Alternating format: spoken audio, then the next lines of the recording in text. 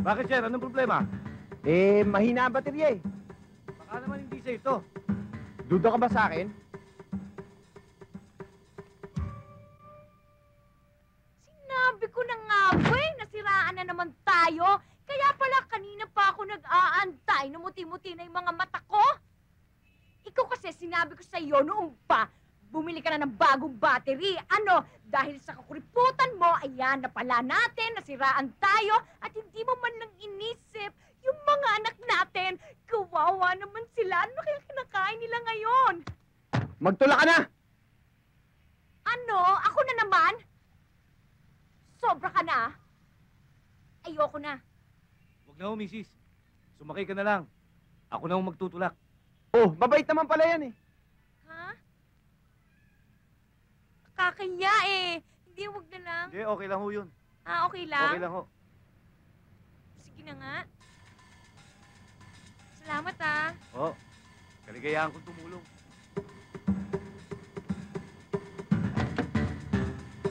Uy, especially thanks to you, huh?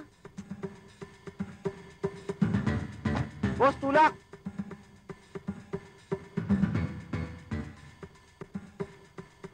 Salamat ah! Konti-konti na lang! Pare, bakit? Pare, tulak natin. Tulak ba? Oo. Sa likod ng tulak, pare! Diretso. Diretso. Bilisan nyo! O, sige. Uy, oh! Kotse natin yan ah! Oo nga, no.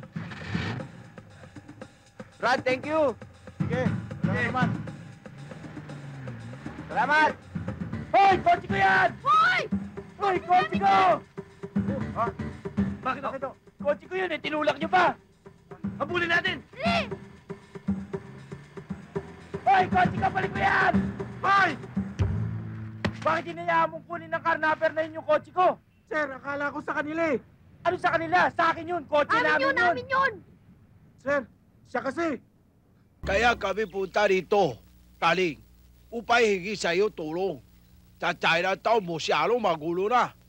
At mga kababayan tatakot na. Maraming Pilipino ayaw na sa negosyo sa atin. Yan dahil lahat sa Victor Lim. Alam mo, Kaling, kami nga hingi tulong sa pulis, ha? Pero ako tataka, sila nga wala kilos, ha? Ako nga sama sa kanila para sila usap sa'yo. Ako pwede, sabat? Pwede? Di pwede. Kung ako ang tatanungin ninyo, walang problema. Ading, payag akong tulungan sila. Noon wala tayong silbi. Wala tayong nagagawang mabuti. Ito na ang pagkakataon para makatulong tayo. Makagawa ng maayos, di ba? Tama si Pandong. Kahit babantot-bantot, may katwiran. Kaya ako, sama din ako. Ano sa palagay mo? Sa palagay ko, hindi tayo dapat mapalagay. Kadami ng gulo nangyayari ngayon. Pero dapat, panatan na natin sila, Karding. All for, all 1-1. Pwede, di pwede. Pwede ho. Kaling, kami meron malaki halaga bigay sa iyo, ha? Ito hinimaya, ha? Ito tulong na Chinese community para sa inyo lahat, ha?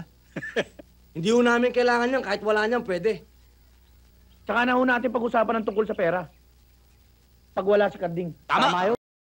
Sira niya usapan eh. Ang kailangan ho namin impormasyon kung sino yung mga nakadikit kay Victor Lim. Oo, Kaling. Ako meron litrato sila lahat, ha? Ako mingay sa iyo. O, ayan, Daddy. Maski kilos mo pa yan, hindi na matatanggal. Masakit pa ba? Daplis lang yan eh.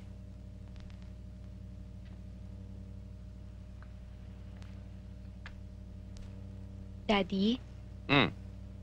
may sasabihin sana ako sa'yo eh. Ano yun? Huwag ka magagalit, ha? Ano? Siguro, yung binalak mo dating pagretiro, sana ituloy mo na ngayon.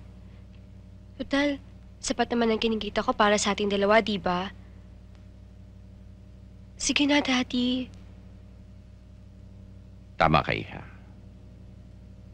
Dapat nga siguro magretiro na ako sa pagkapulis. Hihintayin ko pa bang pantay na mga paa ko, saka ako magre-retiro. Siyempre, pag pantay na mga paa mo, magre-retiro ka na. Mahirap talaga. Pero ito, Iha. Pangako ito.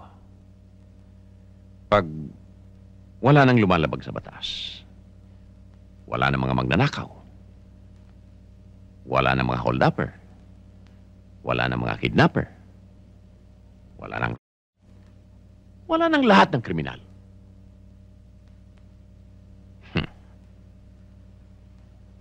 Itaga mo sa bato. Titigil na ako sa pagpupulis. Daddy naman, paano nyo na rin sinabing hindi na kayo titigil niyan? Eh, hindi naman nawawala ang mga yan eh. Ganun ba yun? Oo. Hindi. Ganito yan. Ang kriminal at pulis ay nagtutulungan. Dahil kung wala kriminal, hindi mo kailangan ng pulis. Aalisin yan. Mawawala ng hanap-buhay ang pulis, kawawa naman. Pero pag may kriminal, pasok ang mga pulis.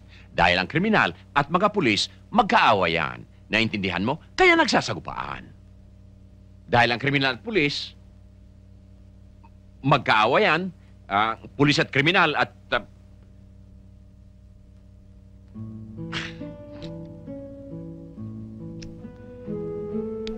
Alam mo, Iha, ito, pangako ko sa'yo, bawat gagawin ko, mag-iingat ako.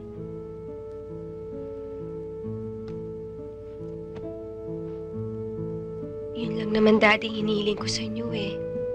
Pangako! Thank you, Daddy.